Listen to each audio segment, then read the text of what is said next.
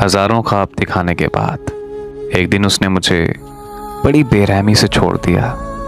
मैं रोती रही, तड़पती रही, पर उसे इस बात से कोई फर्क नहीं पड़ा।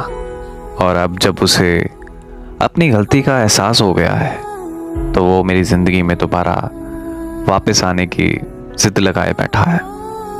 पर अब शायद मेरे लिए दोबारा पहले जैसी हो जाना नामुमकिन है। 2 साल पहले मेरी बहन की शादी पर वो बाराती बनकर आया था और वहाँ हमारी दोस्ती हो गई और वक्त के साथ साथ दोस्ती प्यार में बदल गई। ज़िंदगी बहुत ही खूबसूरत लगने लगी थी मुझे। हम दिन रात आपस में बातें करते रहते थे और शादी के ख्वाब सजाते रहते थे। एक दिन उसकी बार बार कॉल आने लगी, लेकिन मैं अपनी फैमिली में बैठी थी तो मैं उसकी कॉल अटेंड नहीं कर पाई। तो उसके मैसेजेस आने लगे कि मेरी बात सुनो, मैंने तुमसे अर्जेंटली बात करनी है। मैंने फैमिली से अलग होकर उसकी कॉल अटेंड की तो वो मुझे कहने लगा कि आज के बाद हमारी बात नहीं होगी, मैं तुम्हें अभी के अभी छोड़ रहा हूँ। ये सुनते ही मेरे पैरों तले ज़मीन निकल गई कि आखिर मैंने ऐसा क्या किया है जो ये मुझे छोड़ने पर तुला है। और जब मैंने उससे वजह पूछी तो मुझे कहने लगा कि तुमने मेरी बहन के बारे में रिश्तेदारों में गलत बोला है।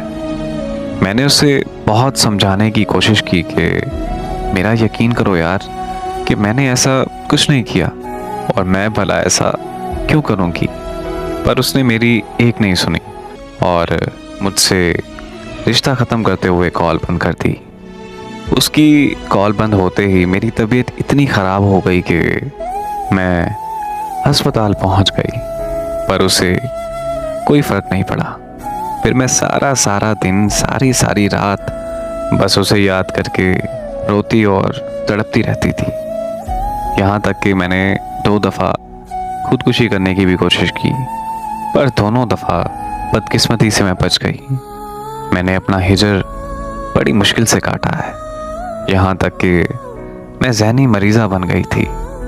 पर अब मैं किसी हद तक ठीक हो चुकी हूँ और ख़ुद को संभाल चुकी हूँ। अब मेरी ज़िंदगी में उसकी कोई जगह नहीं है, क्योंकि अब वजह यह है कि मैं मोहब्बत से बहुत नफ़रत करती हूँ।